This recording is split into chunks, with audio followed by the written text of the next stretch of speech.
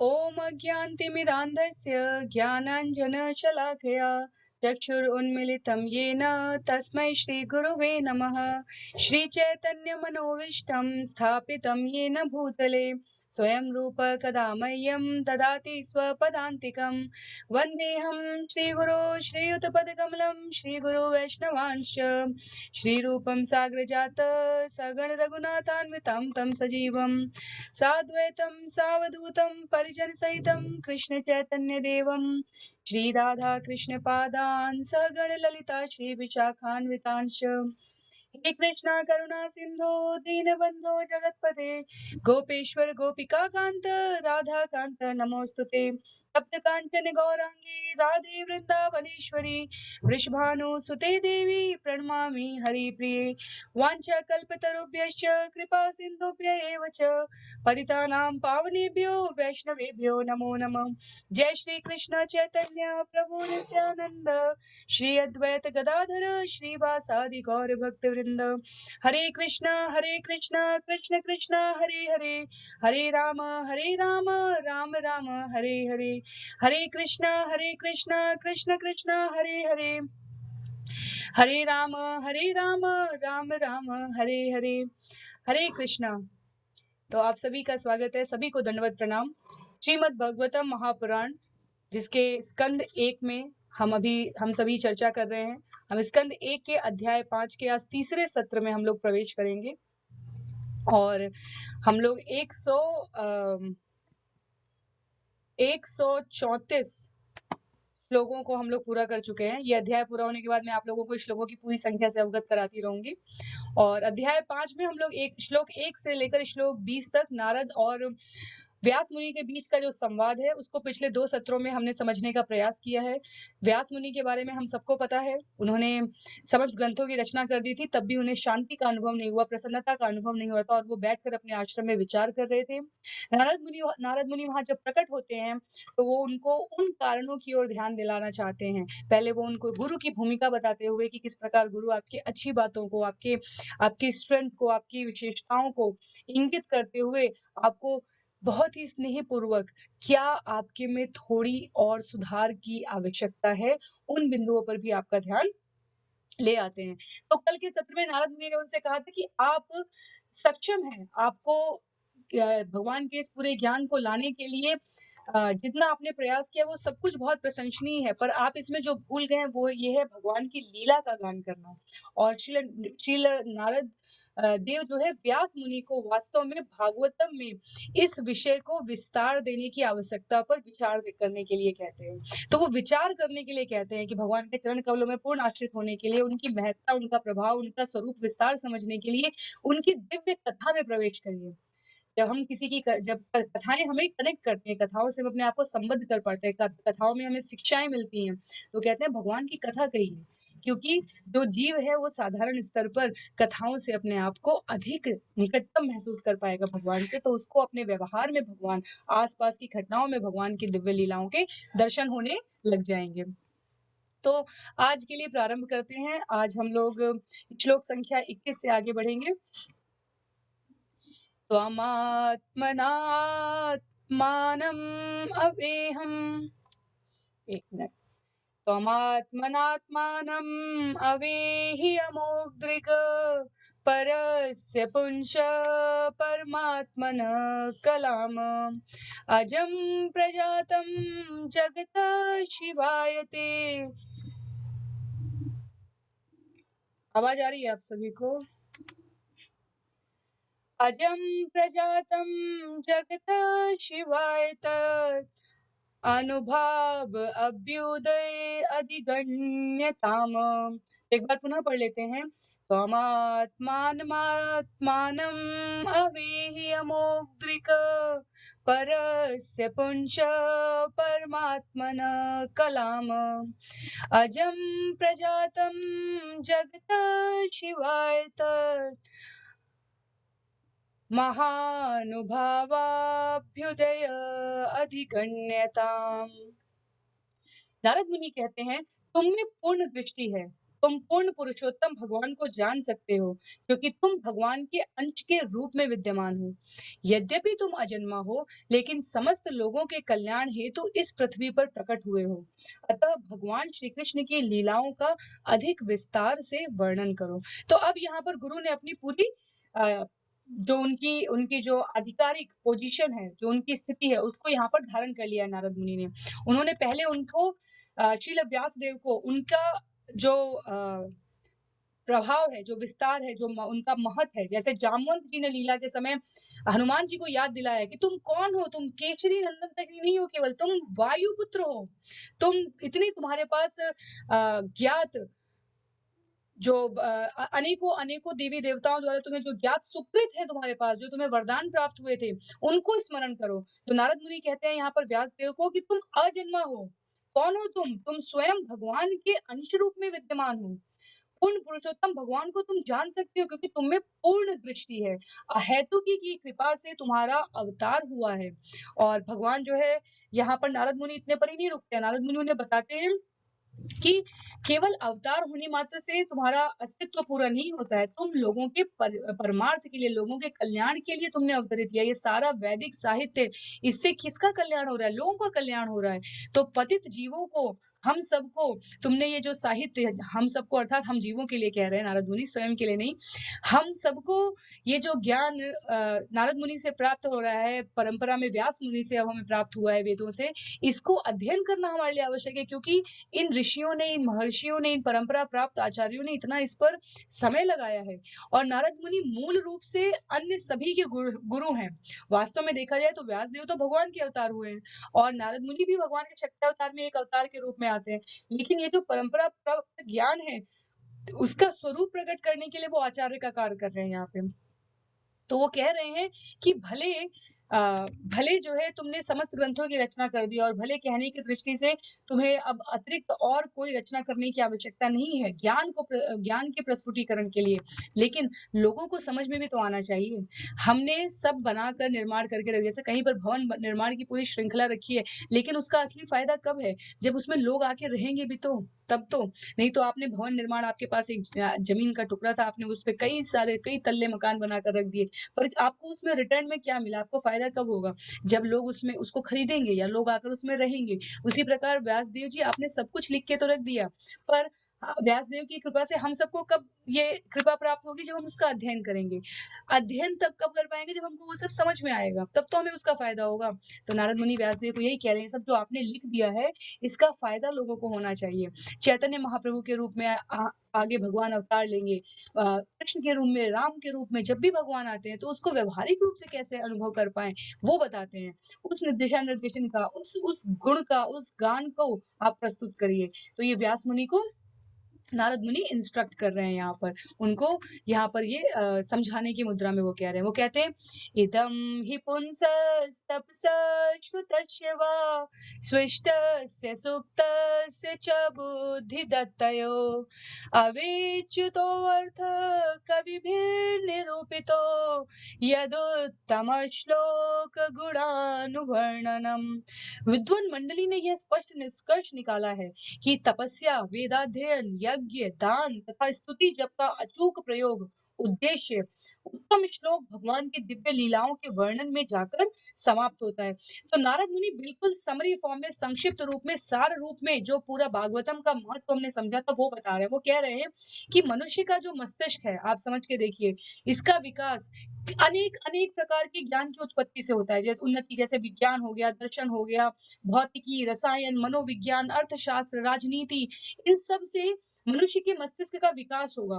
मानव समाज का जो जीवन है उसको पूर्णता प्राप्त हो सकती है। लेकिन लेकिन अंतिम परिणति कहाँ होती है? ये सारी कला का, विज्ञान का, दर्शन का, भौतिकी, रसायन, अर्थशास्त्र, राजनीति, इसका उपयोग कहाँ है?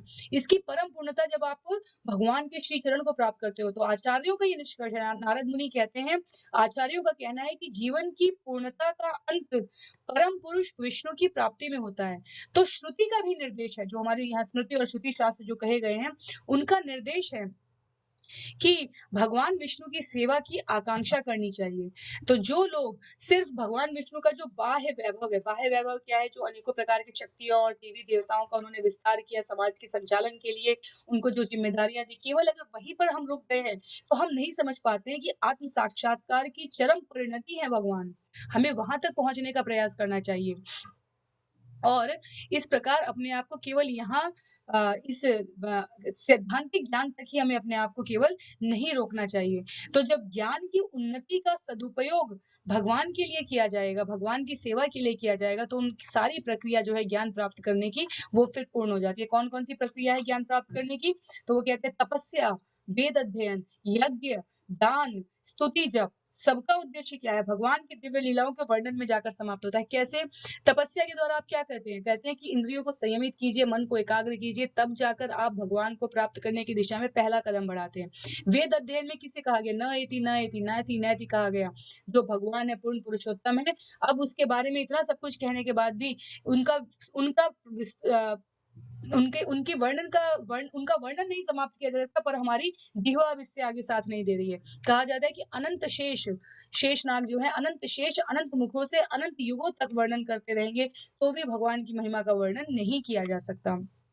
फिर यज्ञ, यज्ञ क्या कहे गए? यज्ञ भगवान विष्णु का मुख कहे गए हैं। दान, दान से हमें क्या प्राप्त करना है? भगवान की कृपा प्राप्त करना है। तो जितनी भी विधियाँ हैं, विद्वान कहते हैं, उन सब का अंतिम लक्ष्य क्या है? अंतिम लक्ष्य तो ये है कि भगवान की लीलाओं का उद्घाटन होना चाहिए, जिससे कि जीव मात्र उनको अपने और भगवान के उस संबंध को पुनः समझ सके कि जो वास्तव में हमारा संबंध है, हमें उस स्तर को पुनः प्राप्त करना है।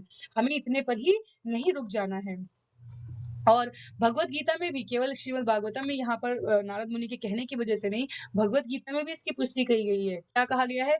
वो सारा ज्ञान अज्ञान के अतिरिक्त कुछ नहीं है, जो भगवान की सेवा में ना लगाया जा सके।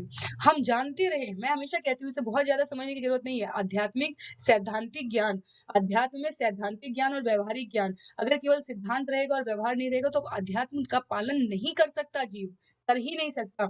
इसलिए भगवान उदाहरण के साथ प्रकट होते हैं। जब उन्हें लीला करनी है, जब उन्हें सिद्धांतों को प्रतिपादित करना है, तो वो राम और कृष्ण बन के आते हैं, और जब उनको सिद्धांतों को पालन करते हुए दिखाना है, तो वो चैतन्य महाप्रभु बन के आते हैं। हरे नाम हरेनामेव केवलम कलौ नास्तेव नास्तेव नास्तेव गतिरन्यथा। तो प्रतिपादित करने के लिए भी भगवान आते हैं, पालन करवाने के लिए भी भगवान आते हैं, बीच में गुरुओं को भी भेजते रहते हैं। क्यों? क्योंकि वास्तव में सिद्धांत किसी काम के नहीं है अगर वो व्यवहार में ना आए। और व्यवहार में क्या आता है? व्यवहार में जो रह जाता है वो लोक कथाएं रह जाती हैं। जो लोक कथाएं, तो कथा भगवान की कथा इतने प्रचलित तरीके से आप लिखिए कि वो लोक कथाओं के रूप में लोगों की वाणी पर रहे हैं। उदाहरण हमें समझ में आते हैं, मुहावरे हमें समझ में आते हैं, उक्तियां हमें समझ में आती हैं, कहानियों की शिक्षा हमें समझ में आती है, क्योंकि कलयुग में सीखने की ये बहुत ही प्रभावी विधि है। तो नारद मुनि याद दिला रहे हैं उनको कि आप भगवत गीता में जो स्वयं भगवान ने कहा है कि ऐसा सारा ज्ञान अज्ञान के अतिरिक्त कुछ नहीं है जो भगवान की सेवा में ना लगाया जाए। उन्नत ज्ञान का वास्तविक सदुपयोग भगवान की महिमा को स्थापित करना है। उन्नत ज्ञान का वास्तविक सदुपयोग जो किया जा सकता है वो भगवान की महिमा को स्थापित करना है। ये इंटरनेट, यूट्यूब, फेसबुक, इंस्टाग्राम और अन्य अनेक सोशल मीडिया, हम भक्त कैसे करते हैं? भक्त अपनी सारी सारी जितनी भी सुविधाएं हैं उनके आसपास उपलब्ध, उसको भगवान की सेवा में लगा के करते हैं। एक अच्छा पद मिला है, पोजीशन मिला है, तो अपने अंडर के लोगों को हम भगवत प्रसाद का, टीम मीटिंग्स होती है तो क्या करिए, भगवत प्रसाद दीजिए उनको, घर का बना हुआ भगवान को ऑफर किया हुआ। अपने घर आमंत्रित कीजिए, बॉस बॉस लोगों को, अधिकारी लोगों को अपने घर, अपने अधीनस्थ लोगों को बुलाना होता है वर्ष के कई अवसरों पर, तो अपने घर बुलाइए, विग्रह के दर्शन कराइए, कीर्तन करवाइए। कम से कम अधिकारी होने के कारण 10 लोग, 20 लोग, 50 लोग, 100 लोग, 200 लोग, जैसा आपका व्यवसाय है या आप जिस अधिकार पे हैं पद पर, आप उतने लोगों को भगवान की कथा, भगवान की लीला, भगवान का गान उस तरफ प्रवृत्त कर सकते हैं। अन्य किसी भी लीला को आप देख लीजिए, तो अगर व्यवहार रूप में ये ज्ञान नहीं स्थापित किया जा रहा है, तो इसका सदुपयोग नहीं है। हमारे एक आचार्य ने कहा कि ये लॉकडाउन ने जो है इंटरनेट, पहले डिवोटीज भक्त सोशल मीडिया का प्रयोग करना ही नहीं पसंद करते थे, क्योंकि उन्हें लगता था कि इससे दिमाग बहुत भ्रमित हो जाता है इधर-उधर की भौतिक घटनाओं के बारे में पढ़ना, सुनना, देखना, समझना करने से। पर भगवान ने लॉकडाउन के माध्यम से ये अवसर दिया कि वास्तव में ये भी एक संचार का इतना सशक्त माध्यम है कि इसका भी प्रयोग करो भगवान की कथा करने के लिए। तो इसके माध्यम से अब आपको नहीं तो मैं अपने अनुभव से बता सकती हूँ, हमने आस-पास हम मंदिर में जाकर, स्थान पर जाकर सामने से कथा सुनने का, सामने से श्रवण करने का जो महत्व लगता था, उसके तुलना में इंटरनेट पर जाकर सुनने में, जब आपकी सभी इंद्रियां एक साथ संयमित ना रह सके, आप सुन रहे हो पर आप कुछ और भी कर रहे हो, आपको वीडियो ऑन करने की जरूरत नहीं है, और ऐसी अनेक विधियां, जिससे लगता था कि मन से नहीं सुन पाएंगे, कहीं और भी किसी और काम में लगे रह जाएंगे। पर नहीं, भगवान ने सिखाने की कोशिश की कि सभी माध्यम को प्रयोग करो, सभी माध्यम को। अब इतना करने के बाद भी अगर सामान्य प्राणी भगवान की कथा नहीं सुनना चाहता, अपने कान में नहीं डालना चाहता, तो उसके लिए बस एक युक्ति याद आती है, नहीं सुप्तस्य सिंहस्य प्रविशन्ति मुखे मृगा। सोए हुए सिंह के मुंह में कुछ नहीं डाला जाता। उठ के मुंह तो खोलना पड़ेगा। स्पून फीडिंग, चम्मच से खिलाया तो है, लेकिन उसके लिए मुंह तो खोलना पड़ेगा। तो भागवतम और भगवत गीता की कथा अब जो मोबाइल एक क्लिक करने पे हमारे लिए दूषण वृत्ति का, हमारे कुसंग का कारण बनता था, अब उसी मोबाइल में क्लिक करने से हमें अनेकों कथाएं मिल सकती हैं। लेकिन क्लिक करने की जो स्वतंत्र इच्छा शक्ति जीव को भगवान ने दी है, उसको तो सही तरीके से क्रियान्वित करना हमारी स्वयं की जिम्मेदारी है। अगर हम ऐसा नहीं करते हैं तो ये अज्ञान के अतिरिक्त और कुछ भी नहीं है। सभी प्रकार का वैज्ञानिक ज्ञान, सभी प्रकार की बौद्धिक प्रगति, ये सब किस लिए करनी चाहिए? ये सब भगवान की महिमा को स्थापित करने के लिए, क्योंकि वास्तव में यही असली लक्ष्य होना चाहिए मनुष्य जीवन का, अपने और भगवान के संबंध को सदैव स्मरण रखना। उसके बाद श्लोक संख्या 23 पर जाते हैं। अहम पुरातीत अभवम, अहम पुरातीत भवे अभवम मुने, दास्यास्तु कस्याश्चन वेदवादिनां, निरूपितो बालक इव योगिनां, शुश्रूषणे प्रावृषि निर्विविक्षताम्। हे मुनि, पिछले कल्प में मैं किसी दासी के पुत्र रूप में उत्पन्न हुआ, जो वेदांत सिद्धांतों के अनुयायी ब्राह्मणों की सेवा करती थी।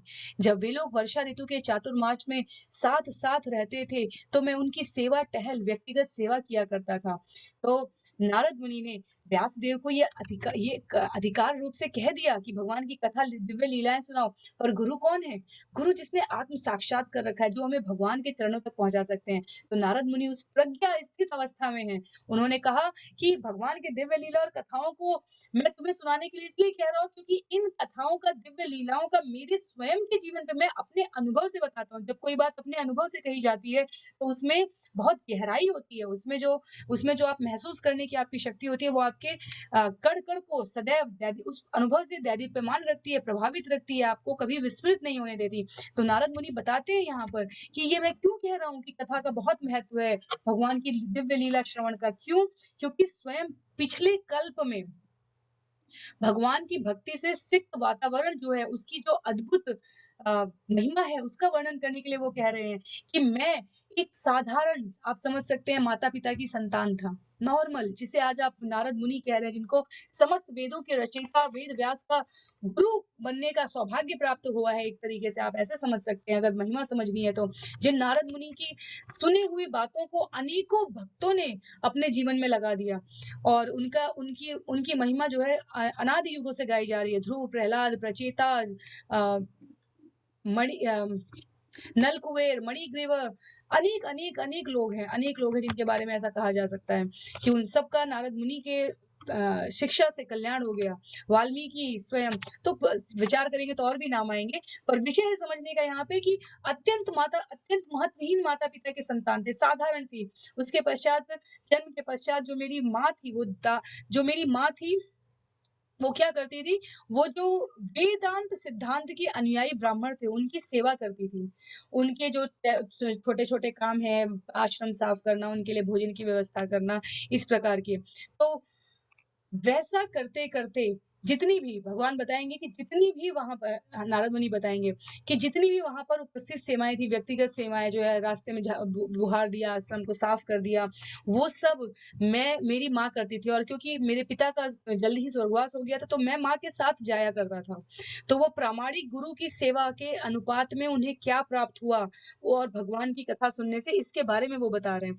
वो कह रहे हैं कि जितने भी प्रकार के ये कार्य करते मेरा मन जो वहाँ पर कथा कही जाती थी उसमें लगने लगा। जिस प्रकार की संगति मिलेगी, जिस प्रकार का एसोसिएशन मिलेगा, हम वैसे ही बनने लग जाते हैं। इसलिए कहा जाता है कि संगति बहुत महत्व की होती है। तो भगवान कहते हैं नारद मुनि यहाँ पर ते मयि अपेताखिल चापले अर्भके दान्ते अधृत क्रीडनके अनुवर्तिनि चक्रु कृपां यद्यपि तुल्य दर्शना शुश्रूषमाणे मुनियोल्पभाषिणी।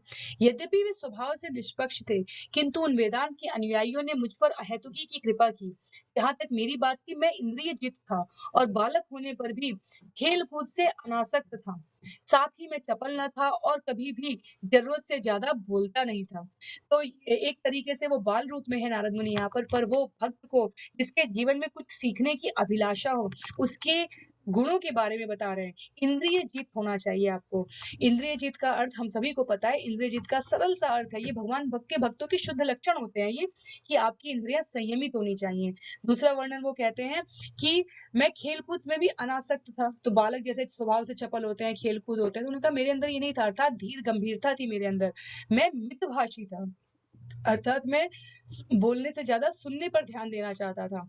तो ये जो भक्ति वेदांती जन है, जिनके पास भगवान की कथा होती है, ज्ञान होते हैं, वो भी क्योंकि उनको परिचय होता है, वो भी पहले स्वभाव की योग्यता देखते हैं, इस व्यक्ति की विशेष की अपनी योग्यता है कि नहीं। तो नारद मुनि बताते हैं वो वेदांती थे, जो ऋषि आश्रम में रहते थे वो वेदांती थे, लेकिन मैं और चातुर्मास्य के अवसर पर आए थे, तो मेरे स्वभाव को देखते हुए कि मैं मितभाषी हूँ, मैं चपल नहीं हूँ, धीर गंभीर स्वभाव का हूँ, खेलने में अधिक रुचि नहीं है, इंद्रिय संयमित करने वाला, इंद्रिय जित हूँ, इस प्रकार हूँ, तो उन्होंने जब मुझ में ये लक्षण देखे, इस प्रकार के उन्हें संकेत मिले, तो उन्होंने क्या किया, उन्होंने मेरे साथ अब उनकी उनकी एक प्रकार से मेरे साथ जान पहचान बढ़ गई थी। कहने के लिए मैं सिर्फ 5 वर्ष का बालक था, लेकिन उनको मेरे मेरे इसमें कौतूहल था। ऐसे हम समझ सकते हैं कि उनको जो है कौतूहल था, उनका जो एक प्रकार का लगाव मुझसे बढ़ गया था। तो वो जो ऋषि थे, उनका लगाव नारद मुनि से बढ़ गया था। इस श्लोक की ये जो विशेषताएँ हैं ना, इन पर बहुत विस्तार में किया जाता है, पर क्योंकि हम अन्य सत्रों में भी इन विषयों को सुन रहे हैं, तो इसलिए अभी के लिए सिर्फ ये 4-5 गुण हमें अपने अंदर देखने चाहिए कि हम धारण करने की योग्यता प्राप्त करें। मितभाषी, धीर गंभीर, इंद्रिय जित, इन प्रकार के गुणों को हम धीरे-धीरे धारण करने का प्रयास करें। तो कथा आगे बढ़ती है, क्या होता है? उच्छिष्टलेपाननुमोदितो द्विजे सकृत् स्म भुञ्जे तदपास्तखिलविष एवं प्रवृत्तस्य विशुद्धचेतसस्तद्धर्म एवात्मरुचि प्रजायते। उनकी अनुमति से मैं केवल एक बार उनकी जूठन खाता था और ऐसा करने से मेरे सारे पाप तुरंत ही नष्ट हो गए। इस प्रकार सेवा में लगे रहने से मेरा हृदय शुद्ध हो गया और तब वेदांतियों का स्वभाव मेरे लिए अत्यंत आकर्षक बन गया। तो यहाँ पर देखिए, यहाँ पर और एक विशेषता मिली। कई बार जब गुरु आते हैं, कई बार कोई विद्वत जन आते हैं, कोई महाराज आते हैं, आत्म साक्षात्कार प्राप्त व्यक्ति जो आत्मसिद्ध आत्माराम होते हैं, तो उनको कुछ हम भोग देते हैं, फिर उनके बाद जो उनका अवशिष्ट होता है, जो जूठन बचती है, लोगों में उसे पाने की होड़ मच जाती है। जबकि यहाँ पर नारद मुनि कहते हैं, उनकी आज्ञा से मैं एक बार उनका जूठन लेता था, अर्थात उन्होंने जब प्रसाद ग्रहण किया, उसके पश्चात जो बचा उसको मैं उनकी आज्ञा से ग्रहण करता था। तो इतना भी हमें कंट्रोलर जो हमारे नियंत्रण करने की भावना है, हम नहीं दिखा रहे हैं वो नियंत्रण, हम आपको समर्पित हैं। हे आचार्यों, हे गुरुओं, हे ऋषियों, आपने जिन्होंने ये ज्ञान प्राप्त किया, मैं आपको समर्पित करता हूँ, अर्थात मैं आपसे पूछ कर ही आपका तुक्ष लूँगा। कहते हैं ना, उनका अवशिष्ट लेने से आपके अंदर भी वो जो लोग लोग लेने के लिए दौड़ते हैं, हम सबको आपको पता है, भगवान गुरु के चरण धुले, फिर वो चरणामृत लेने के लिए लोग दौड़ने लगेंगे और उसमें वो ये भूल जाते हैं कि कई बार उससे गुरु को भी परेशानी हो जाती है, असहज की स्थिति हो जाती है। लेकिन नारद मुनि हमें इस बात पर हमारा ध्यान आकर्षित कराते हैं कि ये जो उनका उनका जो महा है, उनका जो प्रसाद है, वो भी लेने से पहले मैं उनकी परमिशन लेता था, उनकी जो है मैं अनुमति लेता था। बिना अनुमति के शुद्ध भक्तों की जूठन ग्रहण नहीं करनी चाहिए। शास्त्र कहते हैं ये अपराध है। बिना अनुमति के नहीं, जब गुरु कहे कि हाँ अब इसे बांट दो, तभी ऐसा करना चाहिए। क्यों? और यहाँ पर दूसरा जो एक बिंदु है वो भी समझ लेते हैं। वो ऐसा इसलिए करना चाहिए क्योंकि जो आचार्य हैं, वो किस तरीके से प्राप्त होते हैं? विद्या विनय संपन्न। वो किसी प्रकार के एरोगेंस से, किसी प्रकार के आक्रोश से नहीं आप उनसे ज्ञान प्राप्त कर सकते। आपको पहले अपनी अपनी योग्यता, अपनी पात्रता दिखानी पड़ती है। तो यहाँ पर प्रसाद का क्या महत्व है, वो भी हमें पता चलता है, सोच के देखिए तो। हम जब कहते थे ना एबीसीडी फॉर्मूला, ए से एसोसिएशन भक्तों का संग, बी से बुक पुस्तकें पढ़ना, सी से चैंटिंग नाम जप करना, कीर्तन करना, डी से भगवान की सेवा, डीटी वर्शिप, डाइट आहार जो भगवान को चढ़ाया गया है सिर्फ वही खाओ। और वेदांती जन क्योंकि उनका भाव शुद्ध है, उनके जीवन में दिव्यता है, ज्ञान है, अनुभव है, तो उनका प्रसाद पाने से नारद मुनि अपने बारे में कहते हैं कि मेरा भी उनके स्वभाव की तरफ आकर्षण हो गया। वो लोग क्या करते थे, भगवान के नाम, यश, रूप, गुण की लीला का ही वर्णन करते रहते थे और उनकी ये संगति इतनी संक्रामित थी कि मेरी स्वतः ही दिव्य लीलाओं के प्रति शुद्ध भक्ति की रुचि उत्पन्न हो गई। जैसा खाओगे अन्न वैसा होगा मन। भक्तों ने प्रसाद खाया और उन भक्तों के खाए हुए प्रसाद का अर्थात उनकी शक्ति का एक अंश हमारे अंदर आ गया, जिससे कि उनका जो स्वभाव है वो हमने ग्रहण कर लिया। प्रसाद की बहुत महिमा है, हमारे शास्त्रों में बहुत महिमा है। तो उसको मैंने ग्रहण कर लिया, तो मेरे भी भाव शुद्ध हो गए, अर्थात जिस भाव में वो मग्न रहते थे वो भाव मेरे अंदर भी अब प्रस्तुत होने लगे। और इस प्रकार के प्रसाद से कहते हैं कि भक्ति के सारे अवरोध, समस्त पाप दूर हो जाते हैं, मनुष्य ईश्वर के प्रति आसक्त हो जाता है अगर वो अपने जीवन में सिर्फ प्रसाद खाने की का नियम बना ले, तो उसके अंदर से समस्त पाप नष्ट हो जाते हैं। अब जितने भी अवरोध है भगवान को समझने के वो खत्म हो जाते हैं और जीव क्या है, वो भगवान की प्रेममय सेवा के धरातल पर स्थिर हो जाता है। लेकिन ये सारी अवस्था कब मिलेगी? शुद्ध भक्तों की संगति में मिलेगी। सत भक्तों, शुद्ध भक्तों की संगति में ये अवस्था प्राप्त होती है, जिनका एकमात्र लक्ष्य परमार्थ हिताय है, भगवान की सेवा करना होता है, भगवान को खुश करना होता है। उसके पश्चात नारद मुनि आगे बोलते हैं, श्लोक संख्या 26 में, तत्रान्वहं कृष्ण कथा प्रगायता मनोग्रहेणा शृण्वं मनोहरा ताश्रद्धयामि नुपदं विष्णवत् प्रिय श्रवस्यंग ममा भवद्रुचि। तत्रान्वहं कृष्ण कथा प्रगायता, पुनः करते हैं एक बार, तत्रान्वहं कृष्ण कथा प्रगायता मनोग्रहेणा शृण्वं मनोहरा ताश्रद्धयामि नुपदं विष्णवत् प्रियश्रवस्य अंग ममा भवद्रुचि। हे व्यासदेव, उस संगति में तथा उन महान वेदांतियों की कृपा से मैं उनके द्वारा भगवान कृष्ण की मनोहर लीलाओं का वर्णन सुन सका और इस प्रकार ध्यान पूर्वक सुनते रहने से भगवान के विषय में प्रतिक्षण अधिकाधिक सुनने के प्रति मेरी रुचि बढ़ती ही गई। तो मनोहर कथाओं में रुचि आने लगी, जैसा खाएंगे अन्न वैसा होगा मन, क्योंकि संगति श्रेष्ठ थी, क्योंकि वेदांतियों की कृपा थी। तो जब इस प्रकार मैंने ध्यान पूर्वक सुना, इसलिए सुनना, ऑरल रिसेप्शन बहुत ही महत्वपूर्ण गुण बताया गया है। श्रवणम कीर्तनम, पहले सुनोगे तब जीवन में कीर्तन करने का भाव आता है। पहले हमें सुनने में हमारी श्रेष्ठता, हमें सिद्धता प्राप्त करनी चाहिए, तब कीर्तन के प्रति हम आगे बढ़ेंगे। तो ऐसा होने से क्या होगा, भगवान के विषय में प्रतिक्षण अधिकाधिक सुनने से नारद मुनि कहते हैं कि मेरी रुचि बढ़ती गई। परम पुरुष के नाम, यश, रूप, लीला, पार्षद, साज, सामग्री, ये सब कुछ निरपेक्ष अवस्था में होते हैं और इस भौतिक जगत में वो केवल भगवान, केवल हेतुकी की कृपा से, केवल भक्तों की प्रसन्नता के लिए आते हैं। लेकिन ये जो लीलाएं हैं ये इतनी दिव्य हैं कि उनको प्रतिदिन ध्यान देने से जीव क्या होता है, उसको आध्यात्मिक लाभ प्राप्त होता है। तो वो जो केवल प्रकृति के 3 गुण हैं उससे ऊपर उठ जाता है। आध्यात्मिक लाभ श्रवण करने से अंतःकरण के सारे पाप धुल जाते हैं। तो धीरे-धीरे हमें सांसारिक संगति से मुक्त होकर भगवान के स्वरूप के प्रति आकर्षण उत्पन्न हो जाता है। तो नारद मुनि ने ये सब कुछ अपने अनुभव के आधार पर बताया है कि भगवान की लीलाओं के श्रवण मात्र से मैं भगवान का पार्षद बन गया। नारद मुनि का जीवन शाश्वत है, उनका ज्ञान असीम है, उनका आनंद अगाध है। हमेशा नारद मुनि प्रसन्नता करते हुए दिखते हैं, प्रसन्न रहते हैं। वे बिना किसी बाधा के भौतिक तथा आध्यात्मिक जगत में विचरण कर सकते हैं। ये कोई साधारण बातें नहीं है, साधारण बातें नहीं। नारद मुनि कहते हैं मैं अपने अनुभव से बताता हूँ कि किस प्रकार भगवान की लीलाओं के श्रवण मात्र से मैं भगवान का पार्षद बन गया। मेरा जीवन अब शाश्वत है। वो खुद नहीं कह रहे हैं कि मेरा ज्ञान असीम है। श्रील प्रभुपाद तात्पर्य में उनके लिए इसलिए व्यक्त करते हैं ताकि हमें उसका प्रभाव पता चले। तो जिस प्रकार नारद मुनि ने कहा कि मैं जो है अपने पूर्व जन्म में शुद्ध भक्तों से सुनकर, केवल ऐसे जो भक्त जो हर समय भगवान का नाम आराधन कर रहे हैं, कथा कह और सुन रहे हैं। ऐसे भक्तों की संगति में रहकर श्रवण करने की ये जो विधि है, ये वास्तव में कलह कलह प्रधान ये जो कलयुग है, इसके लिए विशेष रूप से संस्तुति की गई है। इसमें प्रस्तुत किया गया है कि यही सही विधि है। चैतन्य महाप्रभु ने वही विधि जो नारद मुनि के बचपन की पिछले कल्प के पिछले जन्म की विधि है, वही यहाँ पर प्रस्तुत किया है। चैतन्य महाप्रभु ने अपने जीवन में क्या करते थे? श्रवण, कीर्तन, जगह-जगह जहाँ जाए वहाँ कहें राधे कृष्ण बोलो, राधा कृष्ण बोलो, राधा कृष्ण बोलो, बस यही कहते रहते थे वो। तो नारद मुनि कहते हैं ये मेरा अनुभव है, इसलिए मैं तुम्हें बता रहा हूँ। तस्मिंस्तदा लब्ध रुचिर महामते प्रिय श्रवस्य अखिलामतिर्मम ययाहमेतत् सदसत्स्वमायया पश्ये मयि ब्रह्मणि कल्पितं परे।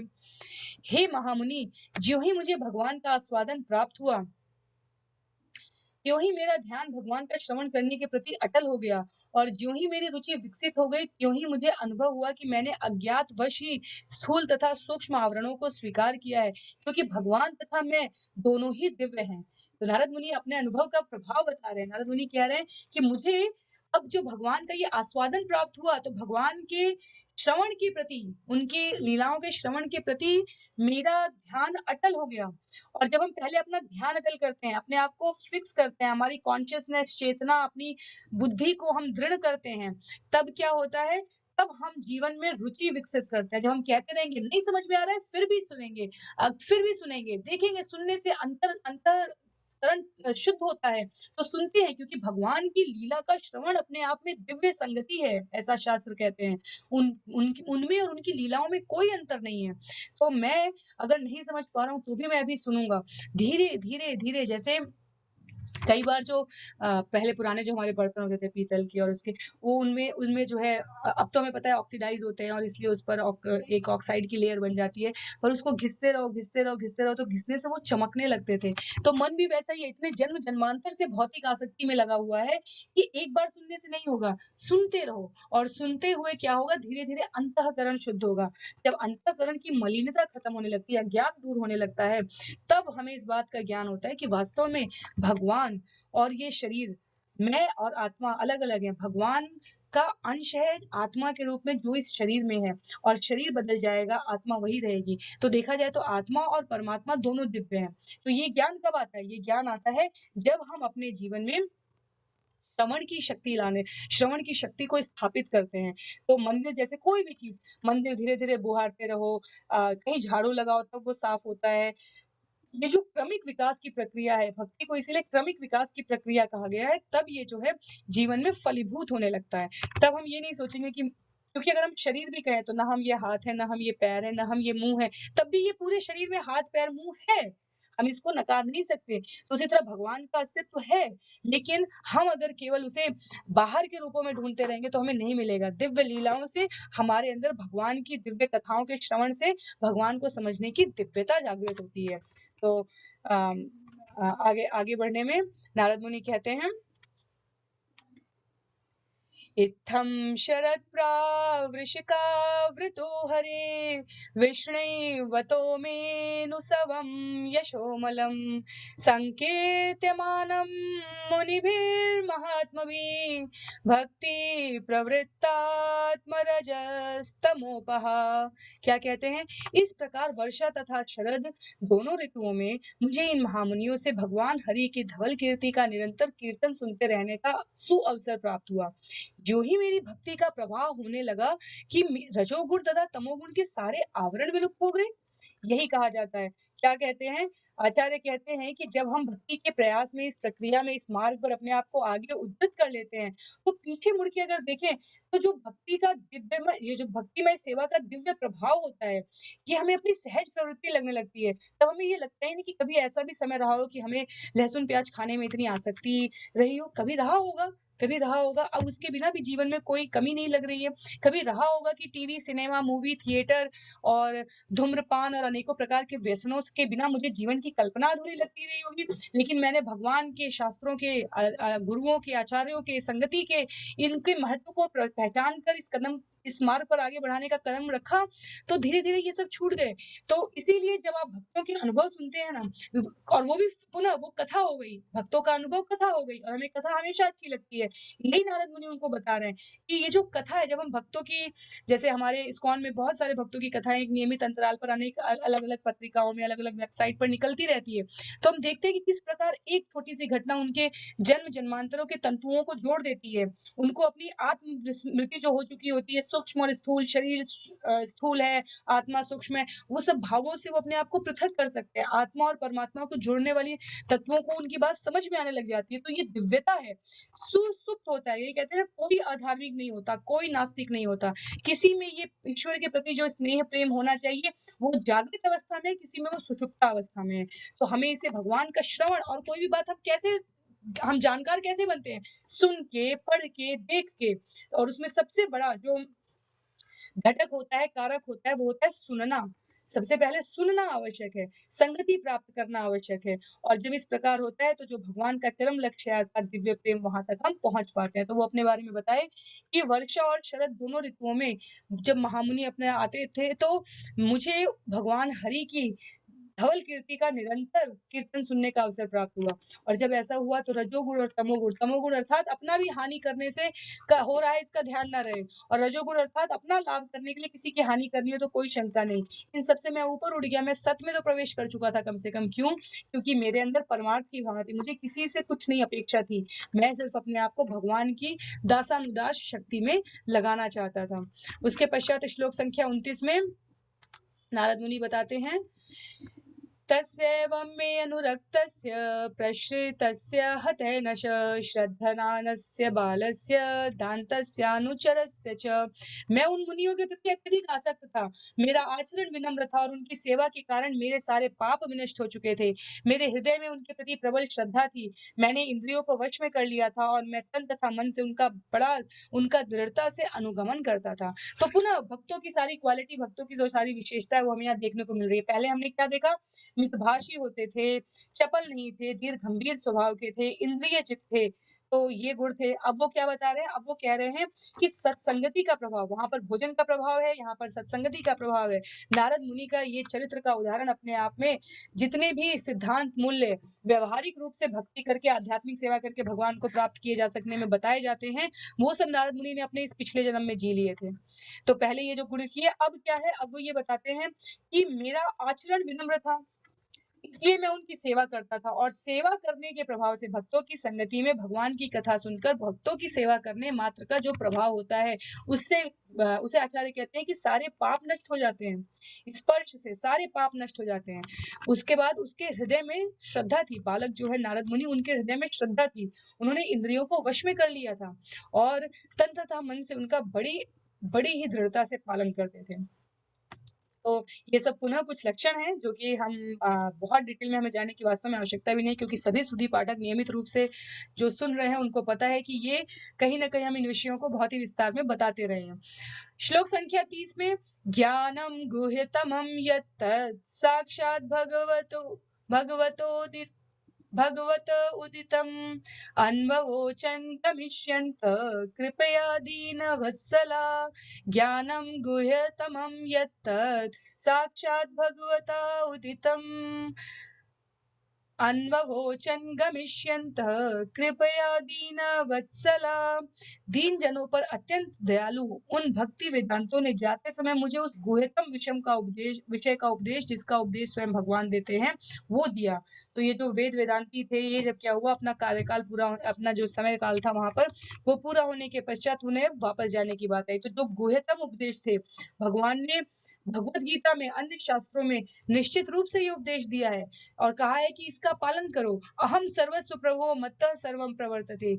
अहम सर्वस्व प्रभो, सभी सा, मत्तः प्रवर्तते इति मत्वा भजन्ते माम बुधा भाव समन्वति। जो इस बात को जानते हुए मेरी पूजा करते हैं, वो निश्चय ही मुझे प्राप्त करते हैं। तो जिन्हें इस बात का ज्ञान है कि सारा दृश्य जगत उनकी इच्छा के बल पर अवस्थित है, उनकी इच्छा से ही सारा खेल चल रहा है और समाप्त होता है, और इस प्रकार के अनेकों उपदेश कि निर्गुण ब्रह्म में जाने के उद्देश्य से साकार रूप के भगवान ने यहाँ पर प्रस्तुत किया। तो उन्होंने कहा ये बहुत गुह्यतम ज्ञान है, इसे आप केवल पढ़ के नहीं समझ सकते, इसको केवल ध्यान से नहीं समझ सकते, इसको आपको आचरण में, सेवा में लाना होता है, इसको आपको शुद्ध भक्ति में, सेवा में करना होता है। किसने किसने ये ज्ञान प्राप्त किया? ब्रह्मा ने प्राप्त किया, उद्धव ने प्राप्त किया, अर्जुन ने प्राप्त किया, अनेकों अनेक जो हमारे प्रबुद्ध लोग हैं उन्होंने इस ज्ञान को प्राप्त किया है। तो इस ज्ञान को प्राप्त करने के पश्चात अब कुछ भी नहीं है जो आपको प्राप्त करने की अतिरिक्त आवश्यकता हो। इसलिए हे नारद मुनि, आपको भगवान की उन दिव्य लीलाओं को रखना चाहिए। क्यों? क्योंकि नारद मुनि ने अपने जीवन के उदाहरण से बता दिया। मैंने संगति की, मैंने प्रसाद पाया, मैंने श्रवण किया, मैंने भक्तों के गुण वाले जो व्यवहारोचित आचरण है उसे धारण किया, और इन 4 को करने से भक्तों की मेरे ऊपर कृपा हो गई। तो जब ये 5 बन गए तो हमें कौन मिल गया? परमात्मा मिल गया। तो ये जो सार है, ये हमें ये स्पष्ट कराता है कि नारद मुनि ये उदाहरण अभी क्यों दे रहे हैं व्यास मुनि को? इसलिए ताकि व्यास मुनि को विश्वास, उनका जो गया हुआ विश्वास, उनको पुनः स्मृति आ जाए, उनको युक्ति मिल जाए अपने आप को प्रसन्न करने के लिए। और एक बार वो इसकी रचना करेंगे तो इस भौतिक जगत के जीव अनंत काल तक लाभान्वित होते रहेंगे। इसलिए इन सबको ध्यान में रखते हुए जो सृष्टा के जो है, सृजन के जो है हमारे यहाँ एक बहुत ही प्रतीकमान बिंदु है, व्यक्तित्व है नारद मुनि, वो व्यासदेव को आदेश देते हैं कि आप ऐसा करिए। तो आज के लिए इस सत्र को हम लोग यहीं पर समाप्त करेंगे। आप सभी से अनुरोध रहेगा कि किसी प्रकार के सुझाव के लिए, व्यक्तिगत टिप्पणी के लिए आप हमें बता सकते हैं। सभी से पुनः निवेदन रहेगा कि जितना हो सके हरि नाम जप का अपने जीवन में धारण करने का प्रयास करें। कल हम लोग यहाँ से आगे बढ़ेंगे। कल संभवतः अध्याय 5 का ये आखिरी सत्र रहेगा, और उसके पश्चात हम लोग अध्याय 6 की तरफ बढ़ेंगे। तो सभी से अनुरोध है, अगर किसी के कोई भी सत्र छूटे हो, जैसा हमने कहा है कि अब सोमवार से शुक्रवार तक ही सत्र होंगे, तो शनिवार रविवार का इंतजार मत कीजिए छूटे हुए सत्रों को करने के लिए, साथ साथ करते रहिए। श्रील प्रभुपाद की लिखी हुई इस पुस्तक को हार्ड कॉपी अर्थात जो आप हाथ से पलट सके वैसी पुस्तक, अथवा जो सॉफ्ट कॉपी है जैसे हम ऑनलाइन पे अभी देख रहे हैं वैसी, उसमें जो तात्पर्य दिए गए हैं उसको पढ़ने का, समझने का विचार करें। कहीं पे भी आपको किसी भी प्रकार की दुविधा हो तो आप सूचित कर सकते हैं, हम साथ में पढ़ने का अभ्यास कर सकते हैं, समझने का उसे। और अगर मुझे भी नहीं समझ में आएगा तो हम अपने जो हमारे वरिष्ठ जन हैं, भक्त हैं, उनसे समझकर आपके सामने प्रस्तुत करने का प्रयास करेंगे। तो हम श्लोक संख्या 30 तक कर चुके हैं, 31 से लेके अध्याय के अंत तक। कल भगवत गीता श्रीमद् भागवतम अध्याय 5 का ये आखिरी सत्र रहेगा। तो श्रील प्रभुपाद की जय, श्रील गुरुदेव की जय, अनंत कोटि वैष्णव वृंद की जय।